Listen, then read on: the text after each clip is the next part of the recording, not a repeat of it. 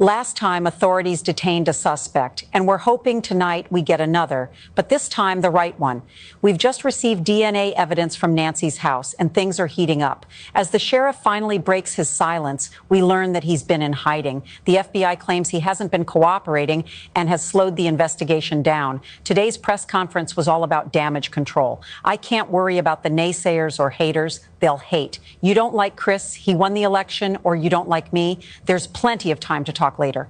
Right now, our focus is finding Nancy, said the sheriff. The FBI accused the sheriff of boxing them out, sending evidence to his own lab in Florida instead of Quantico. Sources say DNA was found inside Nancy's home and a glove, but there's a disagreement between the FBI and the county.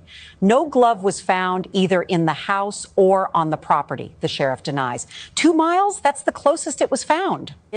The sheriff sent the DNA from Nancy's house to a lab in Florida he's contracted with, but the FBI says the sheriff waited too long to call them in and hoarded the evidence.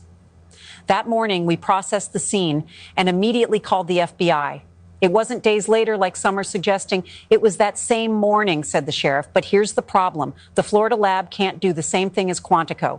Once the tests are done, they'll have to send it to Quantico, Virginia, an extra step that wastes precious time, especially since this DNA isn't Nancy's. Do you think the DNA found inside the house belongs to the perpetrator? Jesse asks. What I know is that we found DNA, but it's not Nancy's, the sheriff responds. We're working with the lab on cross-analysis. This should have been handled by the world's premier crime lab in Quantico, Virginia. The Florida lab doesn't have the same DNA database to cross-reference, and that's incredibly frustrating. Now, another update. TMZ obtained a video that's shaking things up. It shows a man skulking around the front porch of Nancy's house 8 days before her kidnapping, just 6.5 miles away. He's got a goatee and a mustache, and he looks eerily similar to the man on Nancy's porch. Could this be the breakthrough we need? Police are urging the public to submit any home security footage that could help them track down the suspect, the getaway car, or any fresh leads. They're also working with Walmart to track backpack sales, like the one the kidnapper was wearing, and they're investigating the jacket, which was also sold at Walmart. Google is continuing to scan its cloud for more footage from Nancy's property. In the meantime, TMZ just received an email from a man who claims to know the identity and location of Nancy's kidnapper. He's now demanding one fraction of a Bitcoin worth $50,000, and he won't cash it until the kidnapper is arrested. He's asking for a second payment once the job is done. Is this guy for real?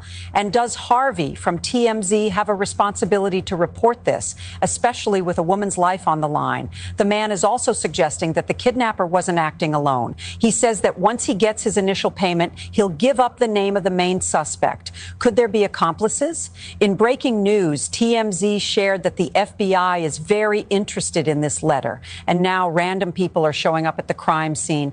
Pool cleaners, pizza delivery drivers, and even Amazon workers are all walking through Nancy's bloodstained property, throwing packages near the crime scene.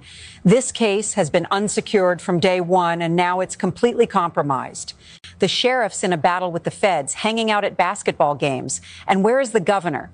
This is the most historic kidnapping case of the century, and yet no one has heard from Katie Hobbs. Even President Trump is watching this turf war unfold and can't believe what he's seeing.